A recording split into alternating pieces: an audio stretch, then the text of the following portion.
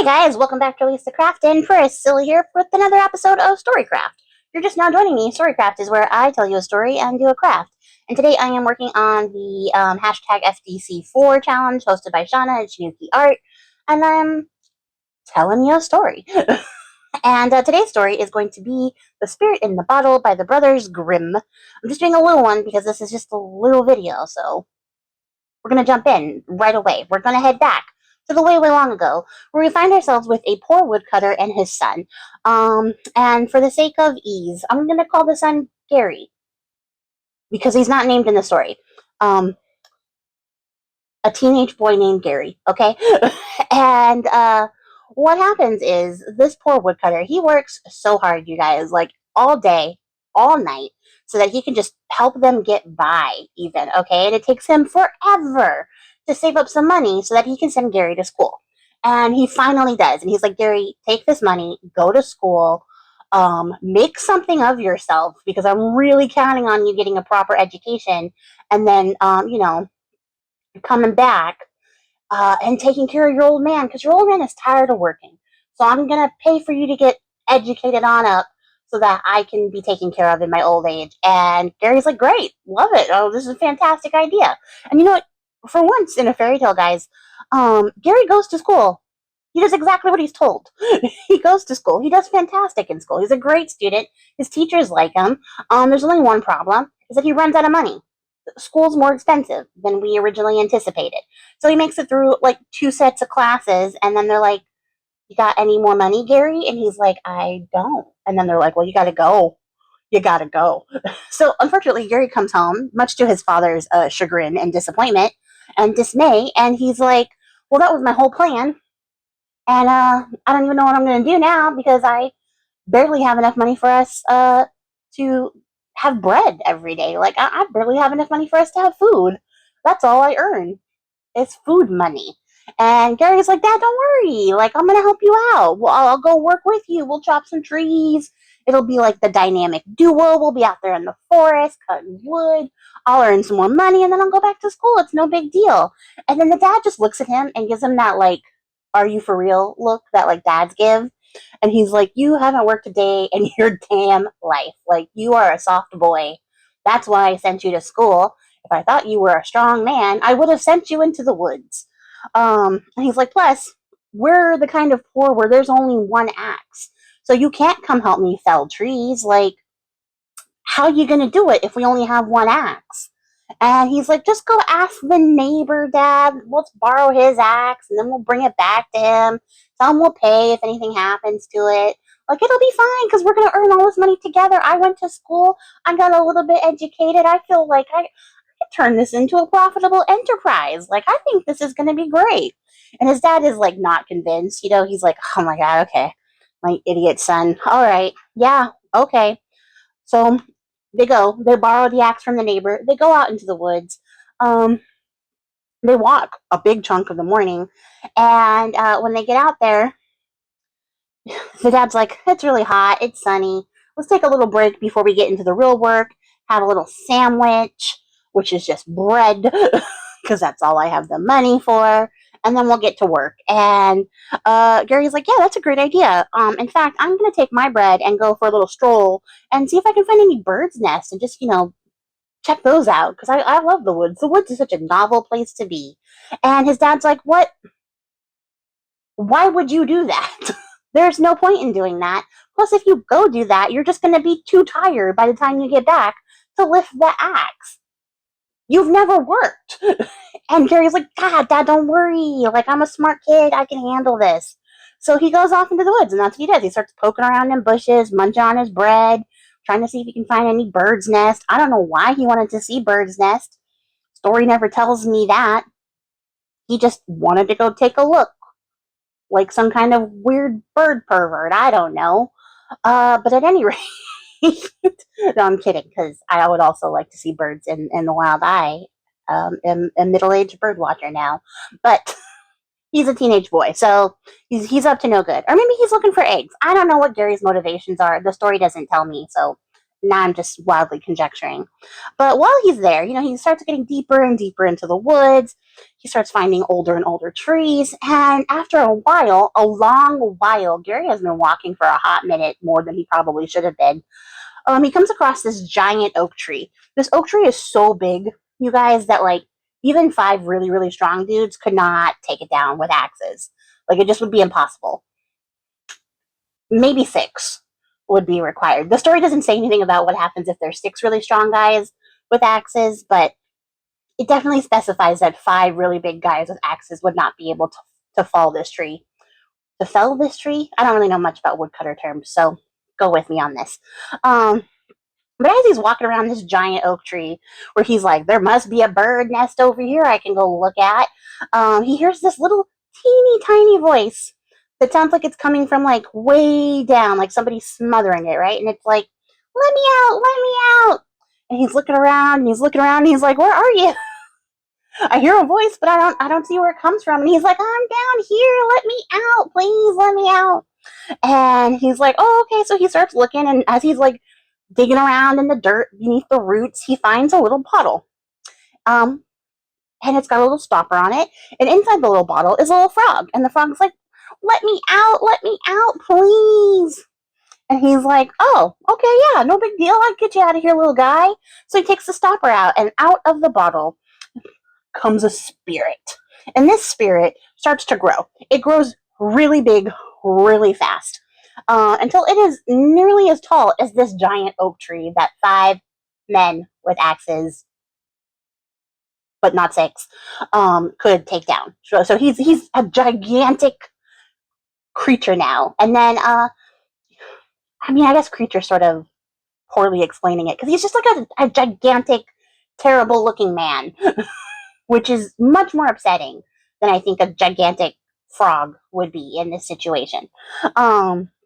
He turns into a big old giant man and he starts looking down and he's like, hey, do you know the price of letting me out of this bottle? What you've earned by letting me out of this bottle, boy? And he's like, no, how would I know that? Because you didn't actually tell me, so how would I know? And he's like, I'll tell you. I'm gonna strangle you. That's what you've earned for letting me out of this bottle. And Gary's like, bro, what? You should have told me before. I wouldn't have opened you up. And he's like, yeah, that's what's going to happen, though. If I had told you before, you wouldn't have opened the bottle. And Gary's like, I feel like we should talk to some people about this. Like, consult a couple of people before you decide that these are the wages that I've earned for letting you out of the bottle. And he's like, the spirit is like, no. You're going to get exactly what you've earned. Did you think that letting me out was a favor to you? No, sir. No, sir. It was a punishment. It was a punishment because I was being punished. That's why I was in the bottle, stupid. And Gary's like, okay. So somebody punished you. They put you in a bottle and you thought punishing me was the best course of action? Seems unfair. And the spirit's like, no. I am the mighty Mercurius. And whoever I release, I have to strangle. And Gary goes, softly, not so fast. Because look at how big you are. You are so big you could not possibly fit in this tiny little bottle. So how do I know that you're the same spirit I let out? You could be anybody. There's spirits all over the place. This woods is full of spirits. And the mighty Mercurius is like, getting into that bottle is so easy. I can prove to you that I was the spirit in the bottle. And Gary's like, all right, go ahead and do it then. Prove it, since you're so mighty and you're just so convinced that I'm going to believe anything you say. Prove that you were the spirit in the bottle. And so, the mighty Mercurius, the spirit, shrinks himself down back into little tiny frog guy form, jumps back into the bottle, and as soon as he's inside, Gary puts the cork back on. He puts the cork right back on top.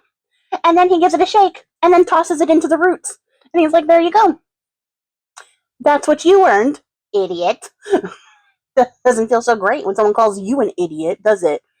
So Gary starts to walk away, and he's like, I'm gonna go back to my dad, tell him this crazy story. But then he hears that voice goes, oh, let me out, please. Please let me out. And Gary's like, you think I'm gonna do it the second time? You threatened to strangle me the first time. I'm not letting you out now that I've caught you again. And so the spirit is like, oh, please, if you let me out, I'll give you such a great reward. You'll never have to struggle ever again for the rest of your life. And Gary's like, why would I trust you exactly, Mr. Mercurius, who threatened to strangle me the second he got free after I did him a solid favor? Seems like maybe I wouldn't trust you. And Mercurius is like, no, no, I promise. I'm telling the truth. I'll do you no harm. You're gonna get riches, bitches, anything you want. Just please let me out. I don't want to be in this bottle. It sucks. It stinks in here. And so Gary thinks about it and he's like, okay, yeah, I'll risk it for the biscuit as long as you keep your word. And Mercurius is like, yeah, yeah, totally, I will. I absolutely will. And so he takes the cork off the bottle, and again, Mercurius rises up until he is the mighty Mercurius once more, giant as the oak tree. And he's like, okay, here, have your little freaking reward since that mattered so much to you. And you couldn't just take what I was originally offering you for some reason. You felt some kind of way about being strangled to death. And so he hands them a little bag, which is the size of a plaster. And for my American audience, a plaster is a bandage. That's what he hands him. He hands him a little bandage baggie. And he says, if you rub one end of this on a wound, it'll heal. And if you rub the other end on steel or iron, it'll be turned into silver. So you can heal anything and you'll be rich. See, I kept my word. And Gary's like, yeah, okay, I'll try that. I'll give that a shot. Sounds fair. And he goes over to a tree. He rips a little bit of wood off and he rubs it with one side of the plaster and it like stitches itself back up. And he's like, okay, looks like you did keep your word. Sounds fantastic. Now we can go our separate ways and you can quit being a jerk to people who do you favors. And Mercurius is like, thank you for letting me out. You don't have to rub it in. I have learned a valuable lesson today, and I will be on my way. So Mercurius goes off to do Mercurius's business, and Gary goes back to his dad. And when he gets back to his dad has already been chopping wood. He's like, where the hell were you? You've been gone forever. Uh, I've been doing all the work. Did you forget that you were going to help me work today? And Gary's like, oh, Dad, chill, I'm here, I'm gonna work, don't worry, it's gonna happen. So he takes his little plaster and then he rubs the other end on the head of the axe, turning it into silver, outside of his father's view, I imagine, because his dad doesn't see what's going on. Then he goes over to the tree and he's like, look, I'm gonna cut this tree down right here, Dad. I'm a big, strong guy just like you. And he swings the axe, and because it's silver, which is a very soft metal, it turns. And he's like, well, look at what a bad axe you've given me, Dad. This is the shittiest axe I've ever seen. This is the worst. Now it's all crooked. How am I supposed to use it? And his dad's like, oh my God, what did you do? How did you break an axe? That axe isn't even mine. It belongs to the neighbor. I'm going to have to pay him back. I don't have any money. Why are you the worst? And then Gary's like, Dad, don't worry. Don't worry. I'll pay the guy back. Don't even worry about it. We'll go back to town. We'll take care of everything. You know, also, I'm exhausted from working. I worked really hard today. So we might as well just go back home. And his dad's like, oh my God, he's rubbing his temples. He's like, I can't handle this. I told you that you weren't cut out for this. You swung the axe one time. You broke it. Now you want to go home and just take a break? Like, I don't even know what you were doing for the last hour and a half. Like, what was that about? And Gary's like, come on, Dad, let's just go home. Let's take a little vacation, have a little lie down, take it easy. And his dad's like, just go. Just go. If you want to go, just go. And Gary's like, yeah, but I don't know how to get home. Like, I need you to show me the way home, Dad. I've never been in the woods before. This is like my first time. How am I supposed to just find my own way home? And then his dad is like, okay, I'm so annoyed. I'm gonna go. I'm gonna take you home. So his dad takes him home. He's like, okay, my stupid son, who is a brilliant student and stupid at everything else, is well, got me in this pickle, but at least we're together. That's what I'm going to focus on as I walk him back home. He's like, go ahead and sell the axe, see what you can get for it. I'm going to go talk to the neighbor, let him know, and then somehow, some way, I'm going to have to find extra work to pay the difference. And so Gary's like, don't worry, Dad, I got it covered. I got it covered. So Gary goes to see the goldsmith. And he takes it to the goldsmith who's testing it out on like the scales. He's doing all sorts of metal tests. And he's like, This is a solid axe head of silver. It's worth 400 gold coins, and I don't have 400 gold coins. And Gary's like, okay, well, give me what you have, and then, I'll just borrow the rest from you later. And so the goldsmith ends up giving him 300 gold coins and is like, go on your way. And I know it's like the irony is that I'm saying a gold coin. I'm just saying a gold coin because I forgot what the name of the currency was. It probably wasn't a gold coin. It's probably like 400 coppers or something because gold is definitely worth more than silver, guys. Just go with me. I don't know medieval currency or whatever this story was set. So bear with me, okay? So he gives him the 400 gold coins and he sends him back home. Or the 300, sorry. He's like, you have 100 left over. That's on loan. Here's your 300, go home. So when Gary gets home, he's like, hey, Dad, so what did the neighbor want for his axe? And he's like, a coin and a half. And he's like, okay, well, here's a 2.5. Here's 3. Take those. Now he's got double, and he's got no argument for the loss of the axe. And his dad's like, where'd you get all that money? You got 3 coins for a broken axe? And he's like, yeah. Also, here's 100 coins for you. As long as I live, you're never going to suffer or struggle. I took care of it. I told you I would. I told you I'm a smart guy, Dad.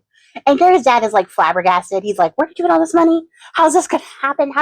Did you steal from somebody? Like, how did you come all through this? And he's like, Dad, I told you, I went to school. I'm a smart guy. I got it covered. I'm going to take care of you just like you wanted. So the dad's like relieved, okay? He's like, oh my God, okay, thank God.